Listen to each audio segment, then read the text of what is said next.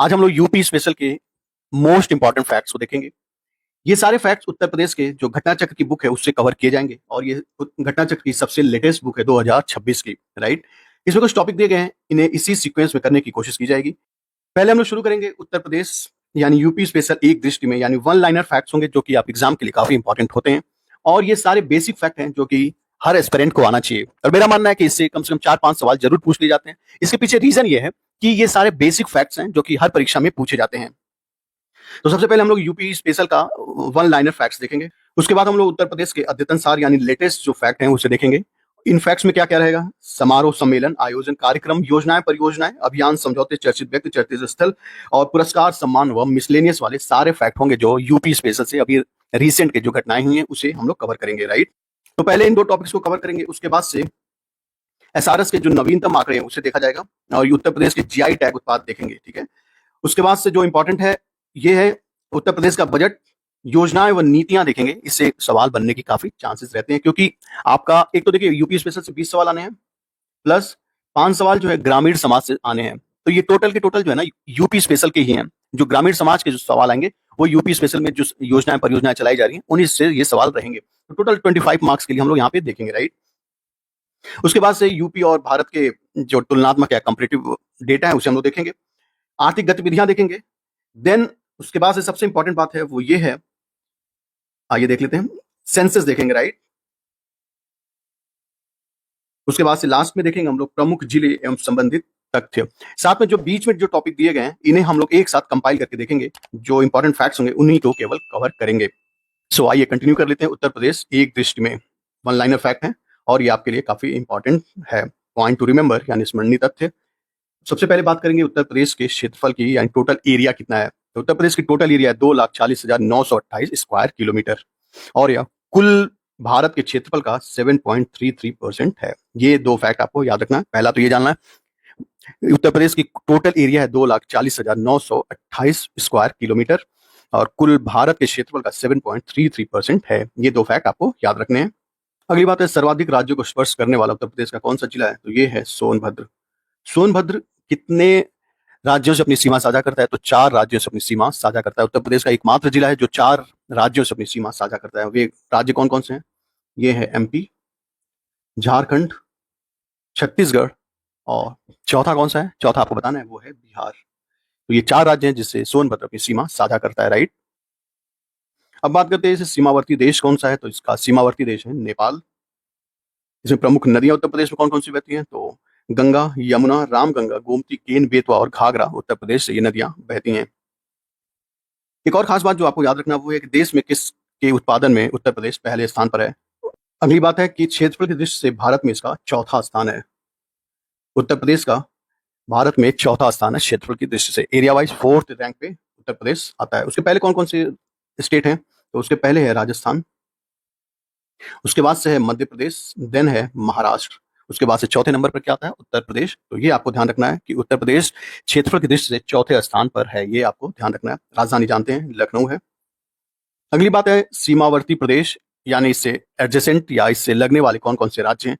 तो सबसे पहले तो जान लीजिए 8+1 की बात करते हैं। 8+1 का मतलब क्या है कि टोटल 8 स्टेट्स हैं और एक केंद्र शासित प्रदेश है। अगर पूछे परीक्षा में आपके कि टोटल कितने राज्य और केंद्र शासित प्रदेश से लगता है तो आपका आंसर होगा 9। अगर एग्जाम में आपका सवाल ये पूछे कितने राज्यों से अपनी सीमा उत्तर प्रदेश साझा करता है तो 8। 2 सवाल हुए। पहला सवाल ये रहा कि 8 राज्यों से अपनी सीमा साझा करता है और 9 राज्य प्लस केंद्र शासित प्रदेश से अपनी सीमा साझा करता है, राइट। अब देख लेते हैं कौन कौन से राज्य हैं जो उत्तर प्रदेश से अपनी सीमा साझा करते हैं। सबसे पहले है उत्तराखंड, उसके बाद से हिमाचल, हरियाणा, राजस्थान, मध्य प्रदेश, छत्तीसगढ़, बिहार, झारखंड और केंद्र शासित प्रदेश कौन सा है? वो है दिल्ली। तो ये आपको 8 राज्य और एक केंद्र शासित प्रदेश याद रहने चाहिए। जैसे कभी कभी सवाल ऐसा पूछा जाता है आलू के उत्पादन में कौन सा राज्य प्रथम स्थान पर है, या फिर अमरूद के उत्पादन में कौन सा राज्य प्रथम स्थान पर है। तो सब में क्या है? उत्तर प्रदेश प्रथम स्थान पर है। लौकी, गुलाब, चीनी उत्पादन में, एथेनॉल उत्पादन में, दुग्ध उत्पादन में और कुल विद्युत उत्पादन में उत्तर प्रदेश प्रथम स्थान पर है। कुल पशुधन की बात करेंगे तो इसमें भी प्रथम स्थान पर है। रेल मार्ग, बैंक शाखाएं और पोस्ट ऑफिस आदि में उत्तर प्रदेश प्रथम स्थान पर है। यहाँ का मौसम सामान्य रहता है कि ग्रीष्म काल रहता है मार्च से लेकर जून तक, वर्षा ऋतु है जून से लेकर सितंबर तक और शीत ऋतु होती है अक्टूबर से लेकर फरवरी तक। ये कुछ खास नहीं था। अब जो खास बात है उसे हमें जान लेना जरूरी है। राजकीय चिन्ह के बारे में आप, राजकीय चिन्ह ये है मछलियां एवं तीर धनुष, राइट। पुष्प क्या है? पलाश है। राजकीय पुष्प कौन सा है? वो है पलाश, जिसे ब्यूटिया मोनोस्पर्मा भी कहा जाता है। राजकीय वृक्ष है अशोक या सीता अशोक, जिसे सरास्का अशोकसा कहा जाता है। राज्यपाल अभी फिलहाल है श्रीमती आनंदी बेन पटेल, और मुख्यमंत्री के बारे में आप जानते ही हैं, श्री योगी आदित्यनाथ अभी मुख्यमंत्री हैं। प्रदेश दिवस मनाया जाता है 24 जनवरी को। राजकीय भाषा हिंदी और उर्दू है। पहली राजकीय भाषा है हिंदी और दूसरी है उर्दू। राजकीय पशु की बात करें तो ये है बारहसिंघा, और राजकीय पक्षी ये है सारस या क्रॉन्च। राजकीय मीन यानी चितला है, राजकीय मीन मछली, राइट। राजकीय जलीय जीव कौन है? गांगे, डॉल्फिन। अब कुछ डेटा देख लेते हैं जनसंख्या या सेंसस 2011 की जनगणना के अनुसार, जो लेटेस्ट डेटा है उसके बारे में आइए जान लेते हैं। टोटल जनसंख्या है 19,98,12,341। टोटल जनसंख्या कितनी है? तो ये है 19,98,00,000, यानी लगभग 20 करोड़ के आसपास उत्तर प्रदेश की जनसंख्या है। यह भारत की कुल जनसंख्या का 16.50% है। और एक सामान्य सा सवाल, इससे कोई रिलेटेबल नहीं है, फिर भी आप ये बताइए, उत्तर प्रदेश भारत की कुल क्षेत्रफल का कितने प्रतिशत जगह ऑक्यूपाई करता है? यानी उत्तर प्रदेश की एरिया जो है, भारत की एरिया का कितने प्रतिशत ऑक्यूपाई करता है, ये आपको कमेंट बॉक्स में बताना है। एकदम पहला फैक्ट हम लोगों ने यही देखा था। टोटल महिलाएं कितनी हैं? तो 95 करोड़। ये सब जानने का नहीं है, फिर भी एक बार बस देख लीजिए, गो थ्रू इन। 9,53,00,000, और पुरुष है 10,54,00,000। ये सेक्स रेशियो देख लेते हैं। टोटल सेक्स रेशियो कितना है? 912 आउट ऑफ 1000, यानी 912 स्त्रियों की संख्या है 1000 पुरुषों पर। ये ध्यान रखना आपको। जनघनत्व है 829। दशकीय वृद्धि दर है 20.2%, राइट। 20.2%, ये डेटा आपको याद रखना है, राइट। दशकीय वृद्धि दर है 20.2%, और जनघनत्व है 829, और सेक्स रेशियो है 912। शहरी जनसंख्या की बात करेंगे तो शहरी जनसंख्या कुल जनसंख्या का 22.3% है, और ग्रामीण जनसंख्या 77.7% है। और ये भी जान लीजिए कि जनगणना के अनुसार, 2011 की जनगणना के अनुसार, कार्य सहभागिता 32.94% है, 32.94% है। ये सब आपको याद रहना चाहिए। धर्म के अनुसार देख लेते हैं उत्तर प्रदेश में किस धर्मावलंबी की कितनी जनसंख्या है। तो सबसे ज्यादा हिंदू है 79.73%, उसके बाद से मुस्लिम है 19.26%, सिख की बात करें तो 0.32%, और ईसाई की बात करें तो 0.18%, जैन है 0.11%, बौद्ध है 0.10%, अन्य धर्म 0.01% है। कभी कभार सवाल ऐसा पूछा जाता है कि उत्तर प्रदेश में किस धर्मावलंबी की संख्या सबसे कम है। ऑप्शंस रहते हैं आपके, जैन, बौद्ध, ईसाई या फिर सिख। तो आपको ध्यान रखना है कि सबसे कम जनसंख्या किसकी है, तो वो है बौद्धों की, और इनकी जनसंख्या कितनी है, तो 0.1%। और वहीं जैन की बात करेंगे तो जैन की है 0.11%, 0.01% केवल जैनों की जनसंख्या अधिक है बौद्धों से, राइट। साक्षरता दर की बात कर लेते हैं। साक्षरता दर कितनी है? तो पुरुष साक्षरता है 77.3%, और महिला साक्षरता है 57.2%। आपने दो चीजें देखा, मेल साक्षरता 77.3% और स्त्री साक्षरता 57.2%। अगर हम बात करें टोटल साक्षरता कितनी है उत्तर प्रदेश की, तो वो है 67.6%। तीन फैक्ट हैं। पहला फैक्ट है कि पुरुष साक्षरता है 77.3%, फीमेल साक्षरता है 57.2%, और टोटल साक्षरता 67.7% है। नगरीय साक्षरता की बात कर ले, यानी जो अर्बन लिटरेसी रेट कितनी है, तो वो है 75.5%, 75.5%। ग्रामीण साक्षरता की बात कर लें 65.5%। इसको अगर बाइफरकेट करके देखें, यानी पुरुष साक्षरता कितनी है और स्त्री साक्षरता कितनी है नगरों में, तो पुरुष साक्षरता 80.4% है, और स्त्री की साक्षरता यानी महिला साक्षरता 69.2% है। ये दोनों बात आपको याद रखना चाहिए, और अलग अलग तरीके से याद रखना कि अभी हम लोग बात कर रहे थे टोटल साक्षरता जो कि 67.7% थी, उसमें मेल साक्षरता 77.3% था, और फीमेल साक्षरता 57.2% था। अगर ये तो कुल साक्षरता है, अगर हम इसको दो भागों में देख लें, जैसे कि अर्बन लिटरेसी रेट और रूरल लिटरेसी रेट क्या है, तो अर्बन की बात करेंगे तो अर्बन में 75.1% है, और रूरल की बात करेंगे तो रूरल में 65.5% है, राइट। अगर फिर अर्बन में भी दो क्राइटेरिया हो सकता है मेल और फीमेल। तो मेल साक्षरता कितनी है 80.4% और फीमेल साक्षरता 69.2% है। मैं कई बार रिपीट कर दिया ताकि आपको ये याद रहे। वहीं ग्रामीण साक्षरता की बात हम लोगों ने पीछे किया था, अभी जस्ट 65.5% है। और ग्रामीण साक्षरता में पुरुष साक्षरता 76.3% है और स्त्री साक्षरता 53.7% है। ये डेटा आपको याद रहना चाहिए। अगला सवाल है, भाषा के अनुसार जनसंख्या का प्रतिशत कितना है, कि उत्तर प्रदेश में कौन से लोग कौन सी भाषा बोलते हैं, इसके बारे में ये एक डेटा दिया हुआ है।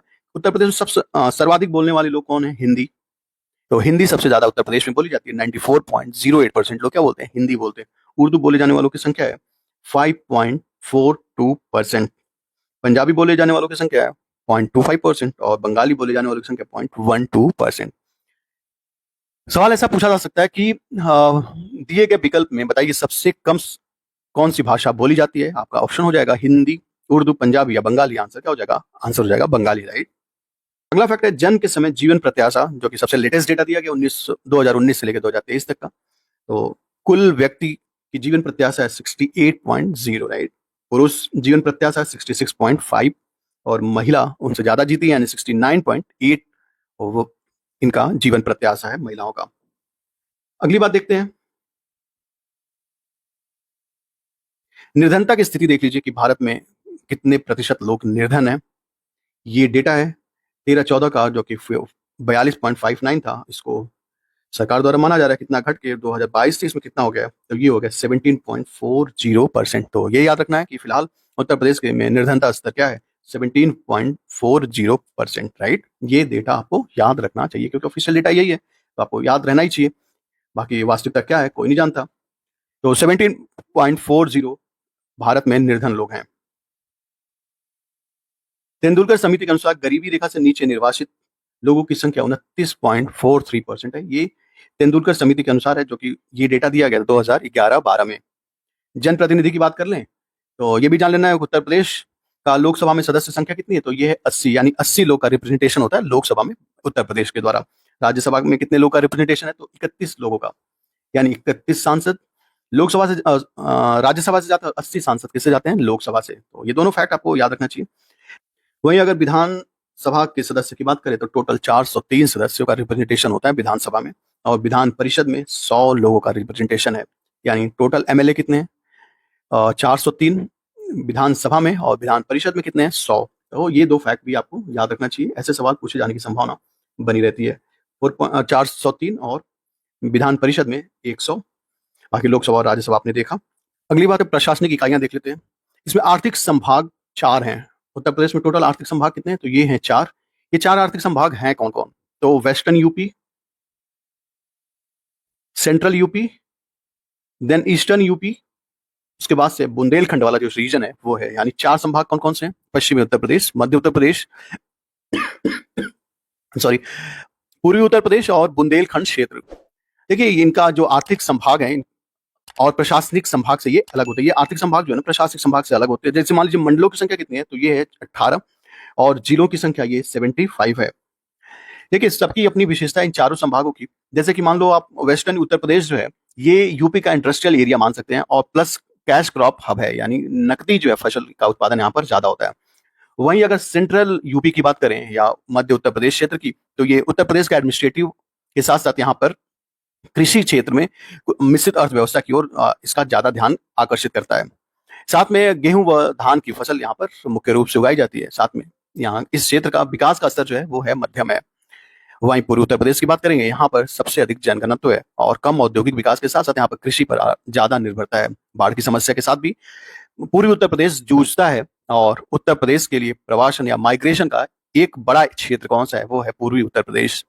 अगर बहुत कीवर्ड्स में बात करें या बहुत शॉर्ट में बात करें तो यह हाई पॉपुलेशन है यहाँ पर, साथ में इंडस्ट्री भी कम है। इंडस्ट्री कम होने के साथ साथ माइग्रेशन जोन है, यानी यहाँ पे माइग्रेशन यहाँ से सबसे ज्यादा होता है।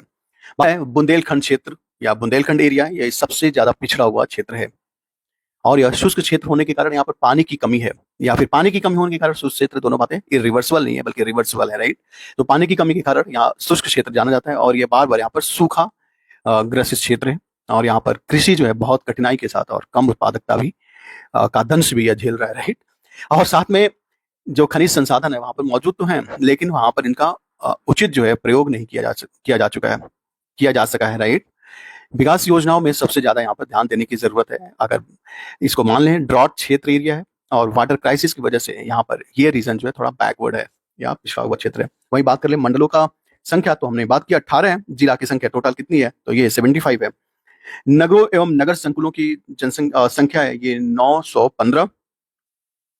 ये ध्यान रखना कि ग्राम पंचायतें जो मार्च 2024 के अंत तक जो लेटेस्ट अपडेट है उसमें 57,691 ग्राम पंचायतें हैं। ये आप ध्यान रखिएगा क्योंकि ये सवाल एक बार पूछा हुआ है।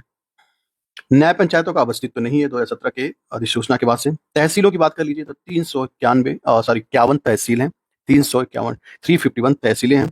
विकास खंड की बात कर लेंगे तो ये 826 यानी 826 विकास खंड है। नगर पंचायत 546, नगर पालिका परिषद ये 200 नगर पालिका परिषद है। तो ये सारे फैक्ट आपको ध्यान देने चाहिए। नगर निगम की बात कर ले तो ये 17 स्थानीय निकाय निदेशक हैं। ये नोट देख लीजिए, उत्तर प्रदेश नगरीय निकाय सामान्य निर्वाचन 2023 के तहत कुल 760 नगरीय निकाय, 17 नगर निगम, 199 नगर पालिका परिषद एवं 544 नगर पंचायत हेतु चुनाव कराए गए थे। और टोटल हैं कितने, तो ये आपने ऊपर देख लिया है। ये भी आपको याद रखना है कुल ग्राम कितने हैं, तो ये है 1,06,774।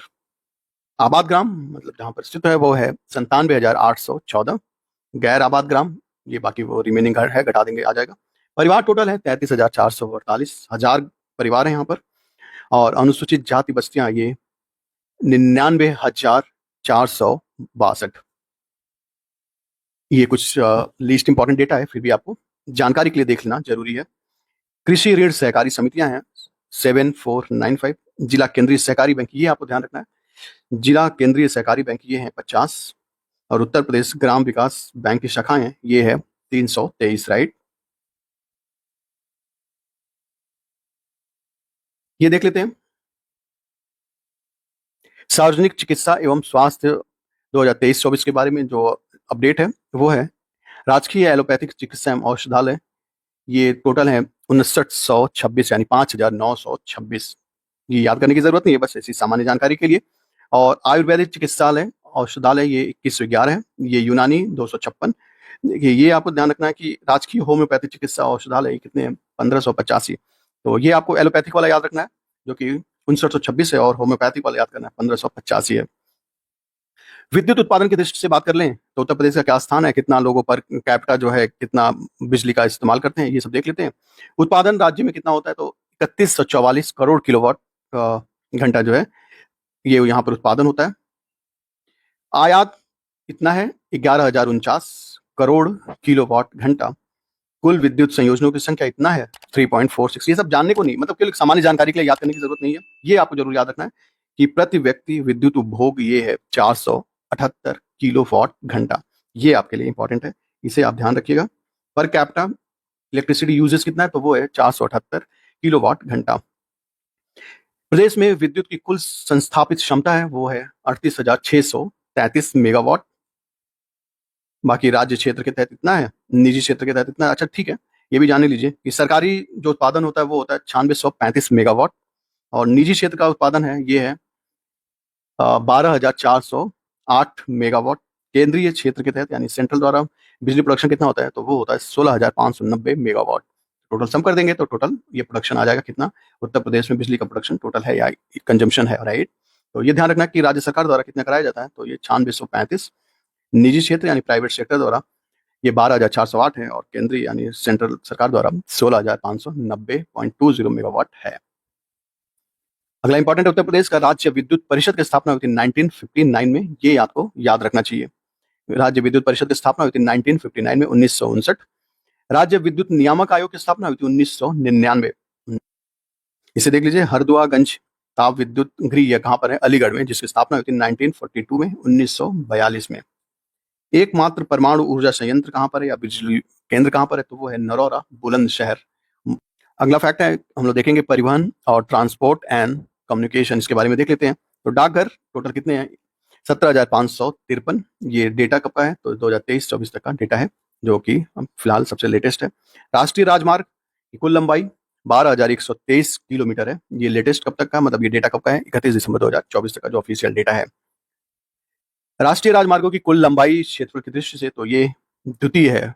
ठीक है, पहले स्थान पर कौन है? तो वो है महाराष्ट्र। ये अभी आपको याद रखना चाहिए। प्रदेश से होकर गुजरने वाले कुल राष्ट्रीय राजमार्गों की संख्या कितनी है? तो ये है 90। प्रदेश से होकर गुजरने वाली सबसे लंबे राष्ट्रीय राजमार्ग का संख्या कितना है? तो वो है 19। पुराना इसका नाम था राष्ट्रीय राजमार्ग 2। तो सवाल ये पूछ रहा है, सवाल ये है कि प्रदेश से होकर गुजरने वाले सबसे लंबे राष्ट्रीय राजमार्ग का संख्या क्या है या नंबर क्या है? तो वो है 19। लोक निर्माण विभाग द्वारा संग्रहित कुल पक्की सड़कें कितनी है? तो ये है 2,79,561 किलोमीटर। बस इतना जानना है। ये देखिए, ये आपके लिए इंपॉर्टेंट है कि उत्तर प्रदेश राज्य सड़क परिवहन निगम की स्थापना हुई थी 1972 यानी 1972। ये याद करने वाला फैक्ट है। 1972 में राज्य सड़क परिवहन निगम की स्थापना हुई थी 1972 में। गंगा एक्सप्रेसवे की लंबाई कितनी है? तो ये 593.94 किलोमीटर। देखिए, ये अब सारी कुछ चीजें आपको याद रखनी है, ये आपके लिए इंपॉर्टेंट फैक्ट है। ये देन ये गोरखपुर लिंक वे एक्सप्रेसवे की टोटल लंबाई कितनी है? 91.35 किलोमीटर, जो कि जैतपुर, गोरखपुर से लेकर सलार और आजमगढ़ को जाती है। बुंदेलखंड एक्सप्रेसवे की कुल लंबाई ये 296.07 किलोमीटर। पूर्वांचल एक्सप्रेसवे की लंबाई 340.824 किलोमीटर। आगरा लखनऊ एक्सप्रेसवे की लंबाई 302.222 किलोमीटर। तो क्या करना है? ये सारे एक्सप्रेसवे का आपको स्क्रीनशॉट लेना है और इसे याद करने की कोशिश करनी है। सबसे लंबा एक्सप्रेसवे कौन सा है? तो वो है गंगा एक्सप्रेसवे। अभी हाल ही में, आई थिंक कल ही प्रधानमंत्री नरेंद्र मोदी ने इसका भी उद्घाटन किया है। तो टोटल इसकी लंबाई कितनी है? 593.947 किलोमीटर। देखिए, निर्माणाधीन लिखा हुआ है, हालांकि कल प्रधानमंत्री ने इसका उद्घाटन किया है। तो ध्यान रखना है कि सबसे लंबी कौन सी है? तो गंगा एक्सप्रेसवे। उसके बाद से बाकी आप ये देख सकते हैं। उसके बाद से पूर्वांचल एक्सप्रेसवे जिसकी लंबाई 340 है। उसके बाद से आगरा लखनऊ एक्सप्रेसवे जो कि 302 किलोमीटर है। वहीं गोरखपुर लिंक एक्सप्रेसवे की लंबाई 91.35 किलोमीटर है। यमुना एक्सप्रेसवे की लंबाई भी आपको याद रखना है। यमुना एक्सप्रेसवे की लंबाई कितनी है? तो ये है 165.537 किलोमीटर। ये कहाँ से कहाँ को कनेक्ट करती है? तो ग्रेटर नोएडा से आगरा तक को ये कनेक्ट करती है। ये भी आपको याद रखना है। यमुना एक्सप्रेसवे औद्योगिक विकास प्राधिकरण की स्थापना कब हुई थी? 2001 में। तो याद करने की जरूरत है इसे भी कि यमुना एक्सप्रेसवे औद्योगिक विकास प्राधिकरण की स्थापना हुई थी 2001 में। बाकी ये राजमार्ग प्राधिकरण, उत्तर प्रदेश राज्य राजमार्ग प्राधिकरण, ये 2004 में। और प्रदेश में पहली रेलगाड़ी कहाँ से कहाँ चलाई गई थी? तो इलाहाबाद से लेके कानपुर तक। सर्वप्रथम हवाई डाक सेवा कब शुरू हुआ? तो ये हुआ था 1911। कहाँ से कहाँ तक भेजा गया था? तो ये इलाहाबाद से नैनी तक। ये भी आपको ध्यान रखना है और ये भी ध्यान रखना है। कृषि व पशुपालन की बात कर लें। कृषि जलवायु क्षेत्र कितने हैं? तो ये है 9। उत्तर प्रदेश में कृषि जलवायु क्षेत्र कितने हैं? तो ये है 9। ये डेटा भी आपको याद रखना चाहिए। किसान भाई योजना, ये भी आपको याद रखना है कि 1992। देखिए, ये सारे फैक्ट्स इंपॉर्टेंट हैं, इन्हें आपको जरूर याद रखना चाहिए। चकबंदी योजना भी याद रखेंगे 1954, 1954। किसान मित्र योजना ये भी याद रखना 18 जून 2001। इसके बाद ई डिस्ट्रिक्ट परियोजना ये 2009 में। किसान रथ योजना ये ज्यादा इंपॉर्टेंट नहीं है, 2010-11। ऊर्जा शहरी योजना चाहे तो छोड़ सकते हैं। क्या क्या याद रखना है? तो याद रखना है पहले तो ये याद रखिए किसान बही योजना जो कि 1992 में। चकबंदी योजना 1954 में। किसान मित्र योजना 2001 में। ई डिस्ट्रिक्ट योजना 2009 में। बाकी इसको छोड़ देंगे। प्रति व्यक्ति दुग्ध उपलब्धता यानी दूध का उपलब्धता कितना है प्रति व्यक्ति? उत्तर प्रदेश में तो 447 ग्राम प्रतिदिन, यानी 450 ग्राम के लमसम प्रति व्यक्ति दूध उपलब्धता है। वहीं भारत की बात करेंगे तो 485 ग्राम प्रति व्यक्ति उपलब्धता है। राज्य दुग्ध परिषद की स्थापना हुई थी 1976 में। प्रमुख कृषि निर्यात जोन कौन कौन सा है? तो हाथरस है, आगरा है, फरुखाबाद है। ये आलू उत्पादन के लिए या आलू निर्यात के लिए ये जाना जाता है। वहीं आम व सब्जी निर्यात की बात करेंगे तो कानपुर, लखनऊ, उन्नाव और हरदोई, ये आम व सब्जियां निर्यात के लिए या जाना जाता है ये क्षेत्र या जोन। सहारनपुर, मुजफ्फरनगर, बिजनौर, बागपत, ये आम के निर्यात जोन के रूप में जाना जाता है। बरेली, शाहजहांपुर, पीलीभीत, ये सब के सब क्या है? बासमती चावल के निर्यात के लिए जाने जाते हैं। बुआई व सिंचाई क्षेत्र 2023-24 की बात कर लें तो उत्तर प्रदेश में कुल कृषि योग्य भूमि, ये आपको क्या करना है? याद रखना है। कुल कृषि योग्य भूमि कितनी है? तो ये 182.37 लाख हेक्टेयर। ठीक है, पर थोड़ा बोरिंग लग रहा होगा ना, लेकिन कोई बात नहीं, फैक्ट है तो फैक्ट ऐसे ही होते हैं। फिर भी आपको याद करने की जरूरत है। अगर आपको थोड़ा बोरिंग लग रहा है तो 1.25 पे देख सकते हैं, ताकि आपको बोरिंग कम लगे और साथ में आपका सारा कुछ कंप्लीट भी हो जाए। उत्तर प्रदेश में देश की कुल कृषि भूमि का 10.15% है, यानी 10.15% जो है पूरे भारत का कृषि क्षेत्र कहां पर है? उत्तर प्रदेश में। शुद्ध बोया गया क्षेत्र कितना है? तो ये है 163.65 लाख हेक्टेयर। शुद्ध बोए गए क्षेत्र का कृषि योग्य भूमि कितनी है? तो ये 89.74%। ये आपको याद रखना है, जिसमें डबल मार्क किया जाएगा उसको आपको ज्यादा ध्यान देने की जरूरत है, बाकी आप स्किप भी करना चाहें तो कर सकते हैं। सकल बोया गया क्षेत्र 297.83 लाख हेक्टेयर है। एक बार से अधिक जो फसल बोया जाता है वो कितने क्षेत्रों में? तो 134.1 लाख हेक्टेयर में। बाकी ये सब है कि एक से अधिक बार बोए गए क्षेत्रफल का शुद्ध बोए, ये सब बकवास है, ये सब नहीं देखना है।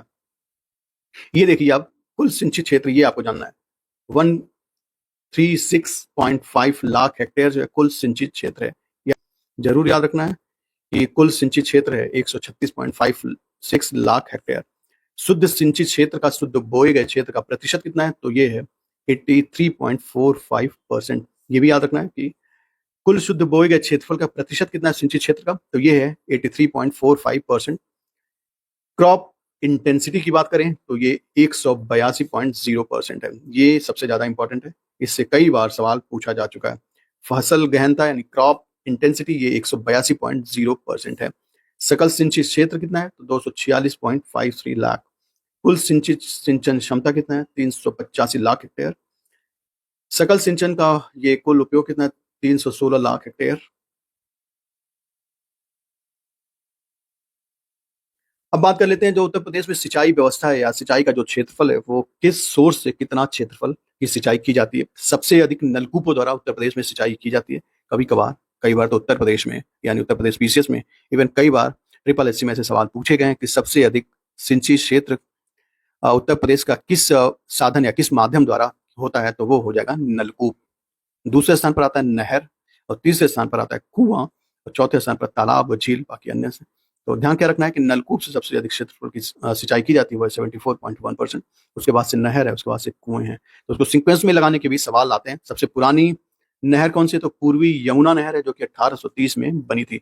ये भी याद रखिएगा, हालांकि आपको याद होंगे, फिर भी मैं रिवाइज करा रहा हूँ तो एक बार सुन लीजिए।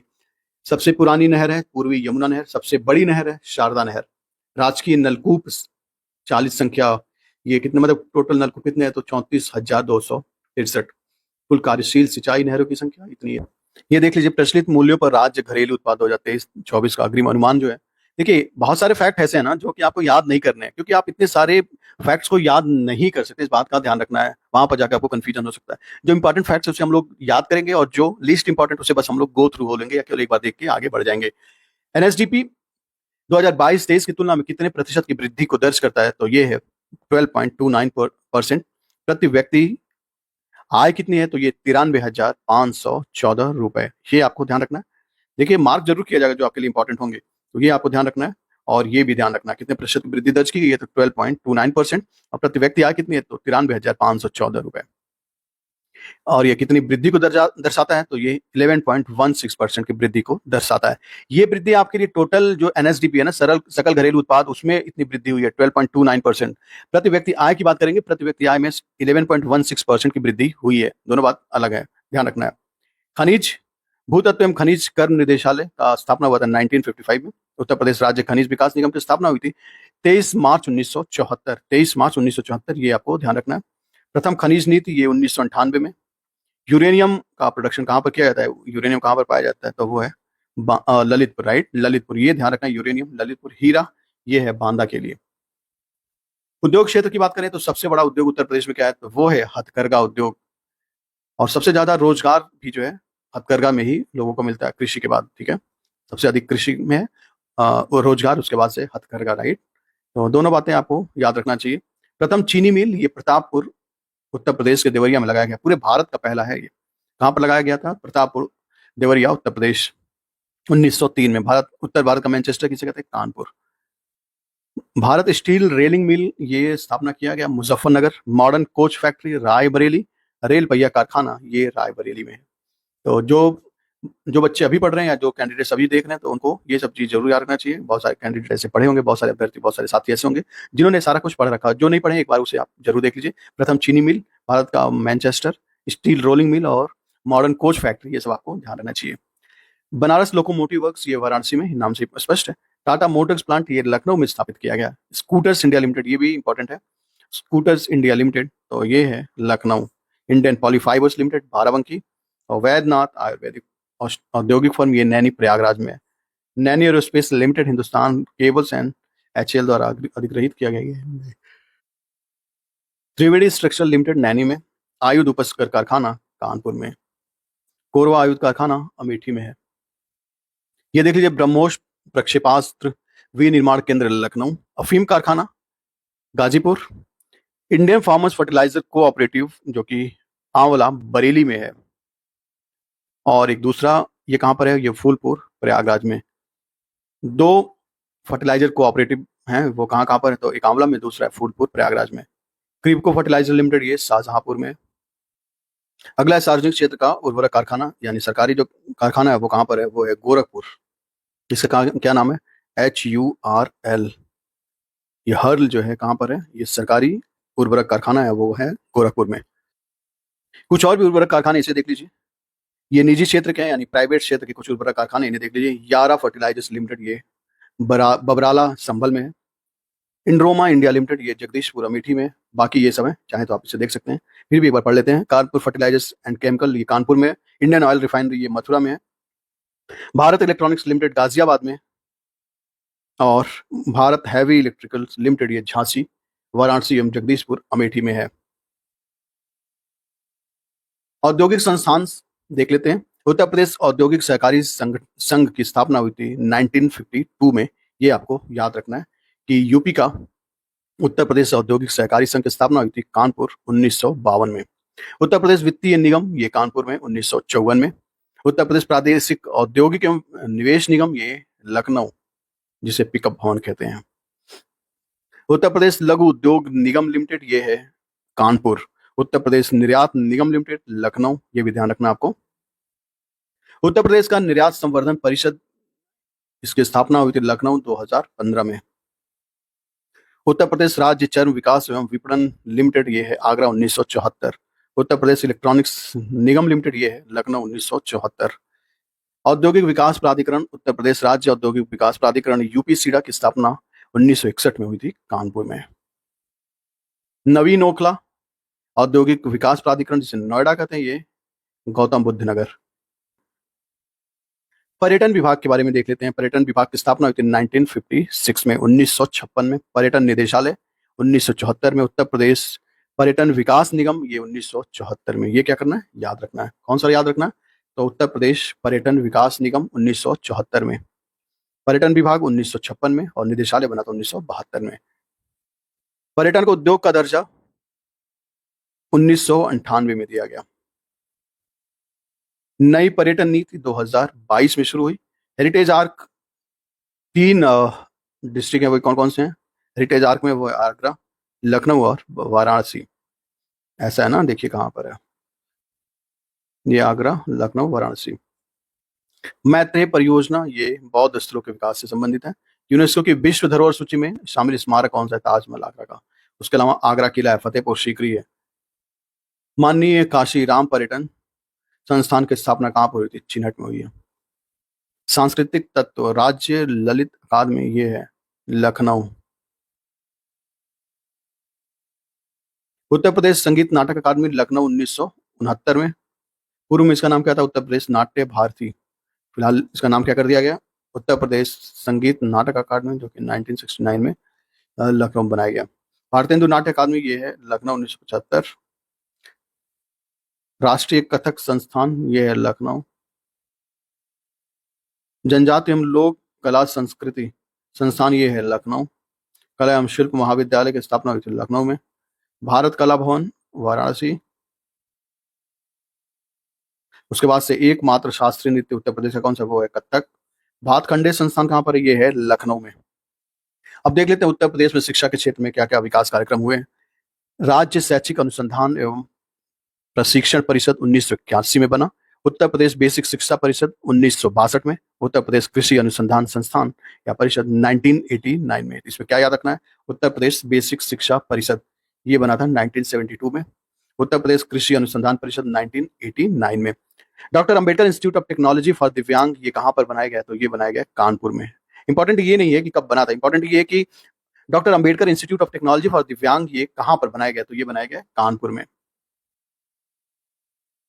राजकीय जेके कैंसर संस्थान कहाँ पर है? यह है कानपुर में।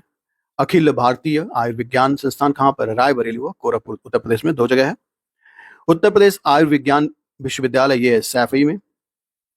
उत्तर प्रदेश भाषा विभाग की स्थापना हुई थी 1958 में।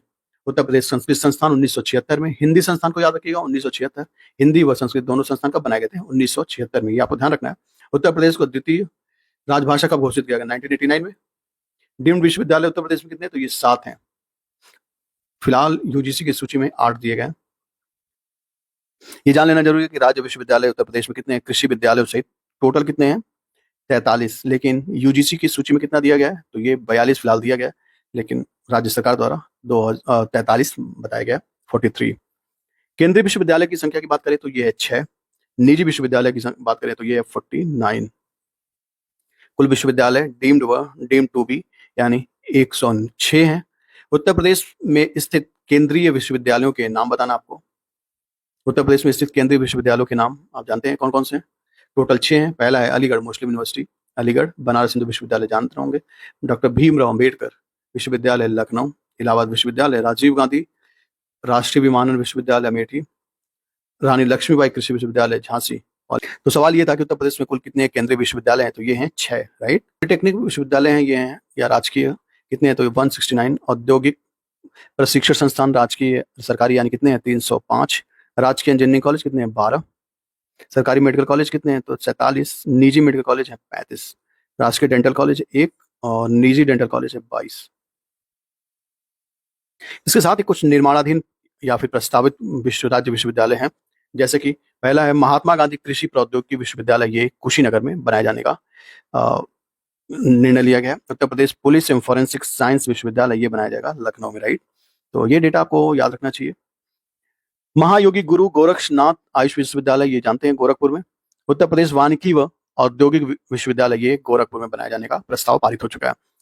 उत्तर प्रदेश में कुछ शोध संस्थान है यानी रिसर्च इंस्टीट्यूट है, इसके बारे में आपको ध्यान रखना चाहिए। इंपॉर्टेंट सवाल होता है, इससे सवाल पूछे जाते हैं, राइट। तो विश्व विज्ञान अनुसंधान संस्थान है लखनऊ में। राष्ट्रीय वनस्पति अनुसंधान संस्थान है लखनऊ में। केंद्रीय औषधि अनुसंधान संस्थान है, ये भी लखनऊ में। केंद्रीय शर्करा संस्थान, ये कानपुर में है। देखिए सारे फैक्ट और सारे इंस्टीट्यूट आपको याद रखने चाहिए। विश्व वाला कहाँ पर है? लखनऊ में। वनस्पति अनुसंधान संस्थान है लखनऊ में। केंद्रीय औषधि अनुसंधान संस्थान है, ये लखनऊ में। राष्ट्रीय शर्करा या शुगर संस्थान का इंस्टीट्यूट कहाँ पर है? वो है कानपुर में। बीरबल साली इंस्टीट्यूट ऑफ पैलियो साइंसेज, ये है लखनऊ में। भारतीय पशु चिकित्सा अनुसंधान संस्थान इज्जत नगर बरेली में है। Indian institute of handloom technology, ये है वाराणसी में। केंद्रीय कृषि वानिकी व अनुसंधान, ये है झांसी में। ये सब कुछ आपको याद रखना है।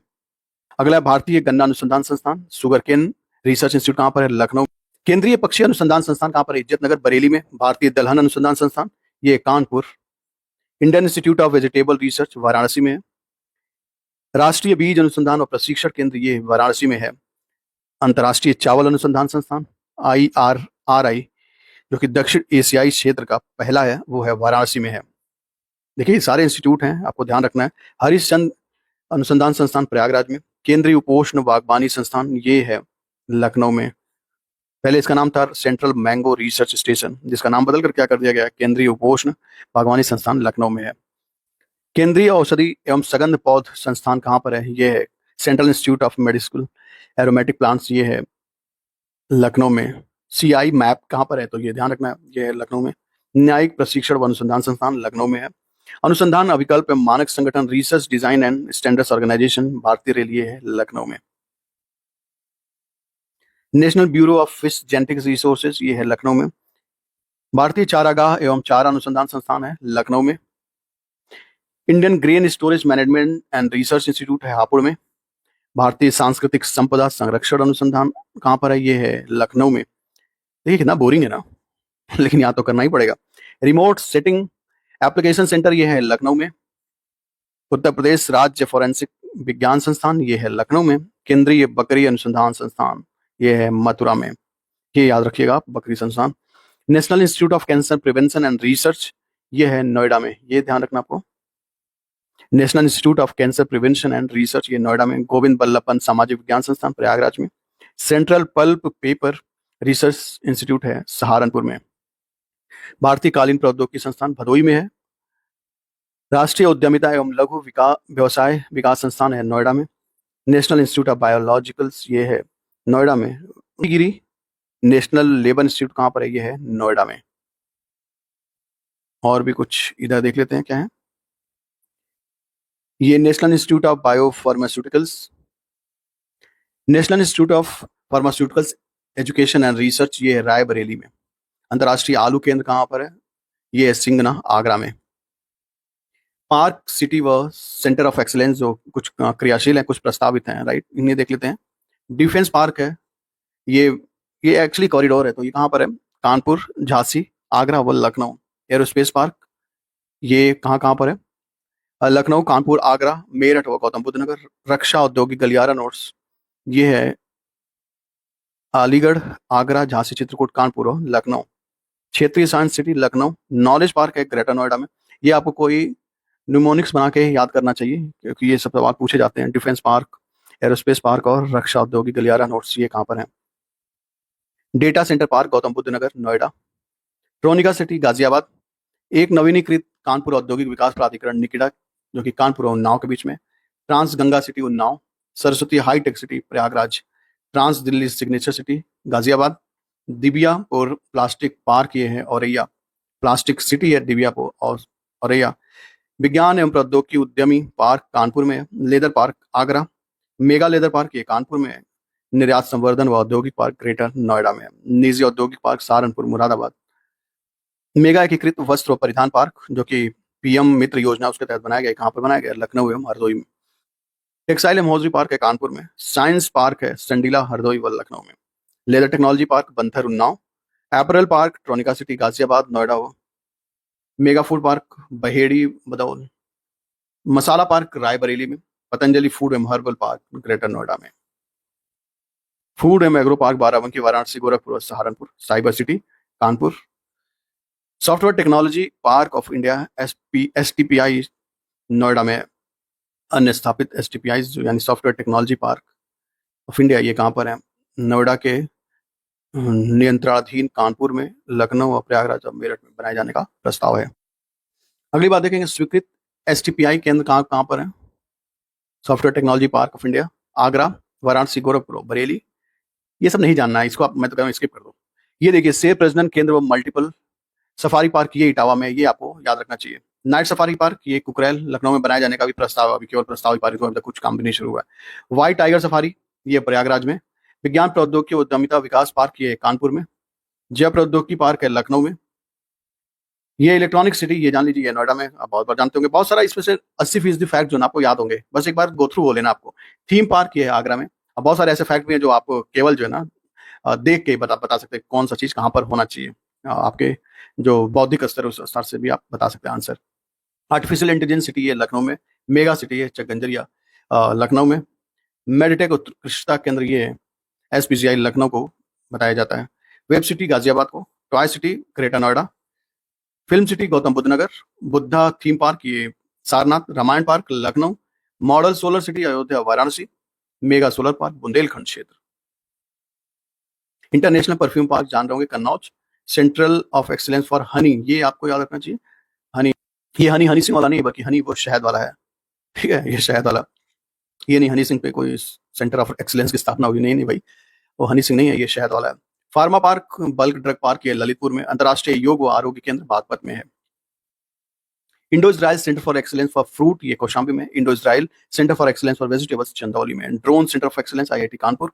प्लास्टिक व खिलौना पार्क है गोरखपुर में। Telecom centre of excellence Saharanpur में। Magnet city Lucknow. Aero city Lucknow. पहला निजी टेक्सटाइल पार्क कैराना कैराना लखनऊ वो शामली। बायो प्लास्टिक पार्क है लखीमपुर खीरी में। जीवाश्म फॉसिस पार्क है सालखन सोनभद्र में। ये अभी बहुत चर्चा में भी था सालखन, राइट, अभी यहाँ पर एक जीवाश्म अवशेष मिले थे इसलिए चर्चा में भी था। श्रमिक अवशिष्ट पार्क खुर्जा है बुलंदशहर। वीर रथ पार्क ये है, ये आप जरूर याद करिएगा, वीर रथ पार्क ये आप गेस नहीं कर सकते, गौतम बुद्ध नगर। ये आप गेस कर सकते हैं हमेशा। इलेक्ट्रॉनिक विनिर्माण क्लस्टर ये गौतम नहीं, गौतम बुद्ध नगर। फुटवियर ये कानपुर में। साइंस सिटी आगरा, लखनऊ भी है। साइंस सिटी और नक्षत्रशाला Varanasi. Textile machine park Kanpur में है। Medical device park Jewar Gautam Buddh Nagar. Electronic system design and manufacturing ये पीलीभीत, बाराबंकी व गोरखपुर में। ये डेटा आप जरूर ध्यान रखिएगा। यूपी और इंडिया का जो कंपेरेटिव सेंसस का डेटा है, इसे जरूर ध्यान रखना चाहिए, इससे सवाल पूछे जाने की संभावना बनी रहती है। देखिए जनसंख्या वृद्धि कितनी है, कितने प्रतिशत उत्तर प्रदेश की, तो वो है 20.23%। वहीं भारत की बात करेंगे 17.7% इसकी वृद्धि दर है। ये दशकीय वृद्धि दर है, ये ध्यान रखना है, राइट। जनघनत्व ये 829 है। उत्तर प्रदेश का भारत का डेंसिटी कितनी है, 382। नगरीकरण की बात करेंगे 22.23 और 3% क्या है, नगरीकरण है उत्तर प्रदेश में। और पूरे देश की बात करेंगे तो 31.2% पूरे देश में नगरीकृत है। लिंगानुपात यानी सेक्स रेशियो की बात करेंगे उत्तर प्रदेश में तो 912 है, और पूरे भारत का लिंगानुपात 943 है। देखिए सब में ये आ गया है भारत। ओके, साक्षरता दर की बात कर लें उत्तर प्रदेश और भारत की, तो उत्तर प्रदेश में कुल साक्षरता 67.7% और भारत की है यानी इंडिया की टोटल साक्षरता कितनी है, 73.0% यानी 73% है। पुरुष साक्षरता उत्तर प्रदेश का 77.3% और महिला साक्षरता है 57.2%। वहीं इंडिया की बात करें तो मेल साक्षरता 80.9% और फीमेल साक्षरता 64.4% है। ग्रामीण साक्षरता की बात कर लेते हैं। टोटल ग्रामीण साक्षरता उत्तर प्रदेश में कितनी है, 65% लोग जो ग्रामीण क्षेत्र में क्या है, साक्षर है, राइट। वहीं भारत की बात करेंगे तो ग्रामीण क्षेत्र में 67.8% जो है भारत में ग्रामीण साक्षरता है। पुरुष साक्षरता 76.3% और भारत की बात करें तो 77.2% है। 53.5% जो है स्त्री साक्षरता है और भारत की बात करें स्त्री साक्षरता 57.9% है।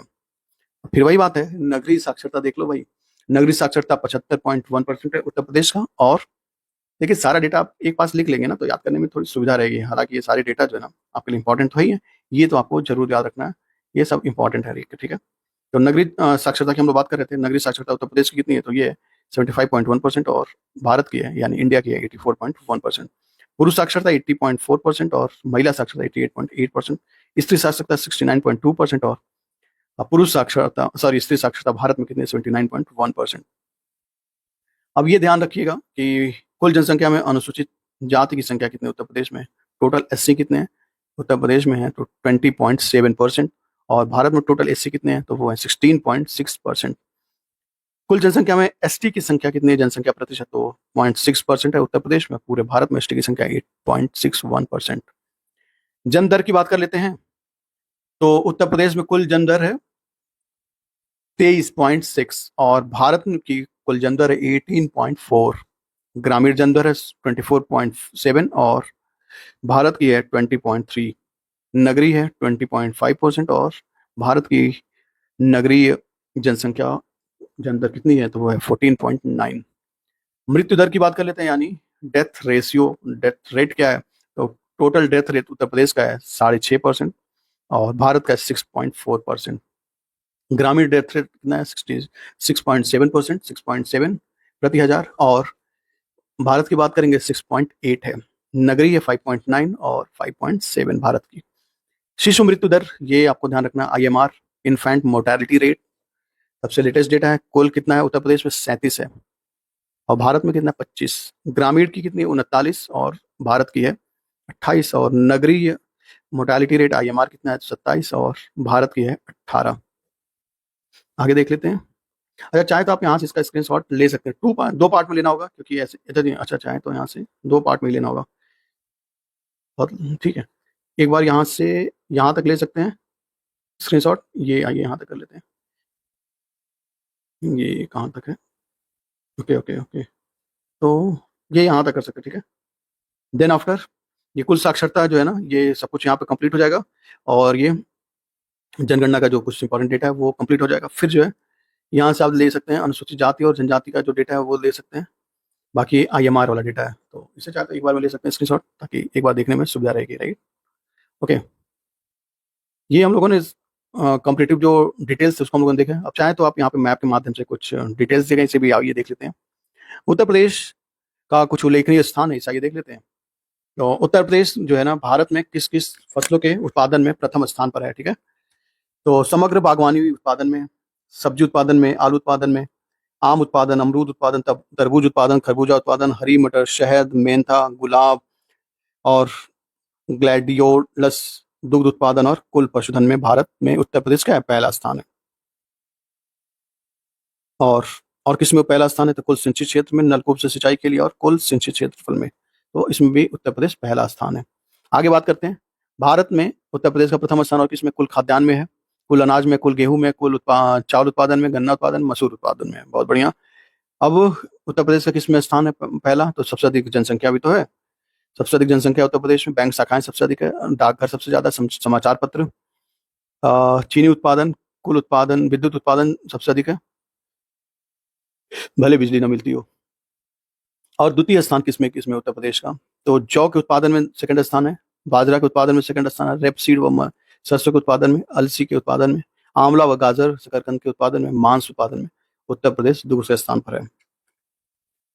और इसमें कुछ डिटेल तो नहीं है, ये पूरा डिटेल था जितना ये है, बस आप यहाँ से भी स्क्रीनशॉट ले सकते हैं याद करने के लिए।